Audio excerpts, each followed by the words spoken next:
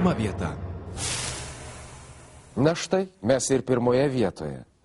O joje Šiaulių kaimo keistuolis, linksmuolis Kieša. Kodėl jis atsidūrė pirmoje vietoje, skubu paaiškinti.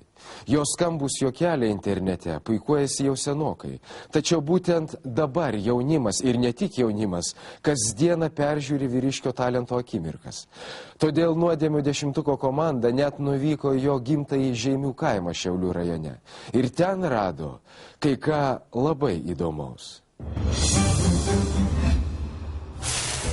Per pirmąjį šių metų sniegą Nuodėmių 10-ko žurnalistė atvyksta į Šiaulių apskritį. Ten Žeimių kaimelyje ir filmuotos visos internete besipuikuojančios juokdario Kiešos paistalionės. Be abejo, kas žiūrėjo, tas pastebėjo. Vyriškis mėgsta taurelę ir ji labai padeda jam atrišti liežuvį.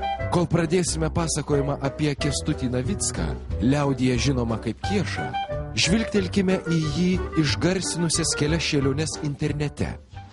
Kadaise tu buvai jauna mergaitė, jaunais papūkais nekalta. Pats 500 gauni cigariukų nenusipirkti. Kokius 500, o tai iš medžio iškrito? 500. Tu girdi, tu beprotė. Ką, 500? Tavo operaciją reikia padaryti galvos. Taigi, kas matė seniau, dar kartą prisiminė. Kas matė pirmą kartą, tikime, susidarė įspūdį, kas tas Kieša. Tačiau šiandien Kęstučio Žeimių kaimelyje nerandame. Štai suolelis, ant kurio sėdinti ir įkaušusi Kiešą filmuodavo telefonu. Ir tai darydavo ne bet kas, o patys giminaičiai. Ir mačiau tam internete ir šiaip kaime jisai būdavo, kaip išgerdavo. Aha, bet jisai juokindavo žmonės kaip, kada išgerdavo? Daugiausia, kai išgerdavo. O tai kas nors pradėdavo tempt už liežuvį ar kaip?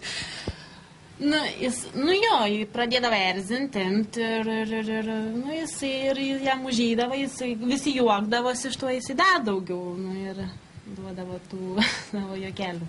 O po to jam nebūdavo gėda kitą dieną? Aš nežinau, jis gal neprisimindavo. Šitas žmogus padėdavo, kai kam jį prie darbų padėdavo ir jeigu paprašai, ką nors padėti, tai padėdavo. Vyriškos rangus, jeigu staigi neturėdavo kur nors. O kas čia jį taip nufilmavo? Kiek žinau, giminės. Patys giminės? Kiek žinau, giminės. Ar juokinga jums su juo? Tikrai, kai juokinga. Palaukit, aš biškiuką rankos nusivarys. Aha. Žinokit, nieką jis nejuokindavo, ne vieną. Kadangi jis nebuvo tos dienos, kai jis nebūtų girtas. Kai jis čia susikūrė, kokį filmą.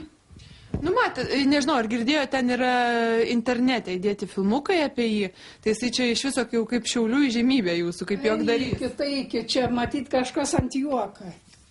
Ant juoko, bet ar pasišaipyti, ar ant juoko? Tai čia tik pasišaipyti norėdami. Netempsime gumos ir pasakysime visą tiesą apie Kiešą.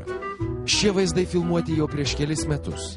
Kas galėjo pagalvoti, kad kaimo pijokėlis dabar Anglijoje nugarą lenkia, dirba ir su taurele jau taip artimai nebebendrauja. Kaimynai ir artimieji žurnalistai sakė, jog populiarusis Kieša grįžta į Lietuvą susitvarkęs ir surimtėjęs. Jis dabar Anglijoje kuriasi. Ką ten daro? Tai dirba. Kur jie ten skalbyklai, kur ten. Įsivežė, paprasčiausiai įsivežė, nes labai gerdavo. Tas biški matyti ten patvarkėm, kad negertų, kad dirbtų. O kadangi išvažiavus norint užsidirbti, tai reikia negerti. Belieka pasveikinti, kad vyras neužmigo ant laurų, kurio veidas puikuojasi internete. Atrado jėgų atsispirti stikliukui ir suimti save į rankas. Nelabai norisi tikėti, kad be taurelės Kiešos humoras dingo. Todėl, Kęstutį, atgaivinkite savo talentą ir naujų stiliumi palinksminkite tėvynainius. Juk dabar sunkesnių žmonėms metu humoras tik ir padeda neprarasti vilties. Lauksime naujų filmukų.